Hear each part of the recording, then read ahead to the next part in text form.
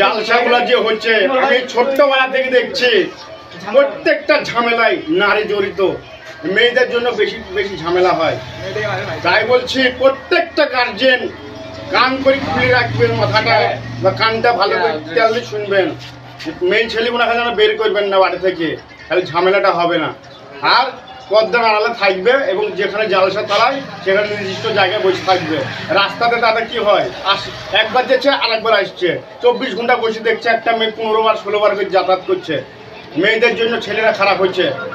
তাই বলছে মেয়েরা সতর্ক হয়ে যাও, নাহলে অসুবিধা আছে তোমাদের জন্য। বাড়াবাড়ি হয়ে মারা যাচ্ছে। এই যে ঝামেলাগুলো হচ্ছে এগুলো তোমাদের জন্যই হচ্ছে।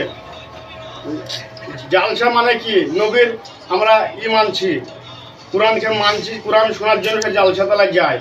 আর তোমরা বড় বড় দুল, কানের বড় বড় টিপ, হিমানি পাউডার শুনু মেরি এটা ওটা সেটা লাগিয়ে বা একবার বেফাইল তো হয়ে তুমি যে মেলাতে যাচ্ছ, এগুলো ঠিক নাই।